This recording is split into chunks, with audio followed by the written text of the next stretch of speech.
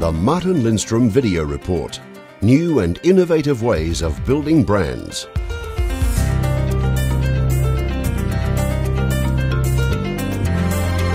What does a CNN weather map have to do with country branding? Well, 7 years ago, Denmark actually contacted CNN to persuade them to put Copenhagen on the map. It actually wasn't on the map, and they believe in Denmark that if you're on the map, well, you're on the tourist map as well. So guess what? Today you can find Copenhagen on the CNN weather map. They're not alone of thinking about country branding. In Australia, they've done that for many years. In fact, supposedly the most expensive firework in the world takes place New Year's Eve, when Sydney is firing up to the rest of the world. Because Sydney is one of the first cities in the world entering into the New Year's, they're actually beaming those pictures free of charge to all television stations across the world. And guess what? Because it happens to appear on television rather early, it means that most people around the world is watching Sydney entering the New Year's. And they're not just doing that during Christmas time or the holiday season, where everyone else across the world is celebrating winter.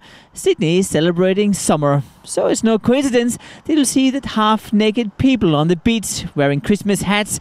And yes, yet again those photos or film footage are beamed around the world to those cold people which really want to go south to enjoy the summer.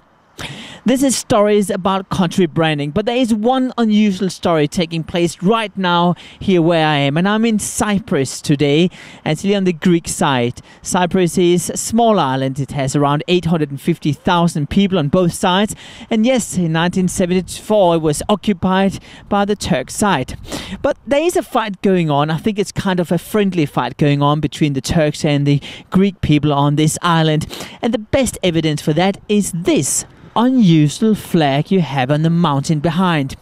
In fact, supposedly 10 years ago, this flag was appearing on the mountain. It's actually lit with very bright light during the night time, so everyone at the Greek side can enjoy the Turkish flag, making a statement of branding to this side and perhaps reminding them about the past. And guess what? The funny joke here is, it's in fact those guys on this side, supposedly the Greek people, paying for the electricity to those people on the other side. It is a story about country branding, but I think country branding is more than that. It actually builds local brands as well, and I just have a couple of advice on what you should do with that.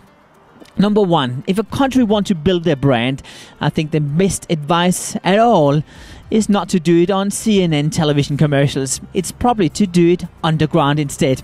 And that's exactly what several countries has done. One of them is New Zealand with Lord of the Rings, which made sure that they actually got on the map. Just think about Slumdog Millionaire, which recently has made India come on map, and we actually estimate today that that will alone increase the traffic to that country with 8% of tourists next year. Point number two is rather unusual. We actually do believe that brands actually can create an image of a country. Just think about Swiss Army knives or Swiss watches. That makes you think about a quality country. So not just both ways, or one way, it's both ways. And what I think is fascinating is that accuracy of the watches is telling everything about the culture in Switzerland. That means that today when we buy Swiss chocolate, we think about quality, even though chocolate has nothing to do with watches. The third point is rather interesting because I do think that in the end of the day, a country also reflects back to the brand. My favorite example is if you were to choose a car. Let's imagine that you have two cars. They're exactly the same cars. One, however, is produced in Switzerland, and let's say, just for fun, the other one is produced in Turkey. Even though they're exactly the same and the price is the same, I think most people most likely will choose the one produced in Switzerland. Funny enough, I actually asked the Turks about that the other day, and yes, they believe the Swiss car is of a better quality, despite the fact that I told them it's exactly the same. This is country of origin as a branding statement, and I don't think we should underestimate the fact that a country has an enormous influence on the brand, and guess what? The brand an enormous influence on the country. This is the story from the Greek side of Cyprus. I hope you enjoyed my video blog. I'll jump on another plane, but see you next week where I'm going to explore new and innovative ways of building brands. The Martin Lindstrom Video Report.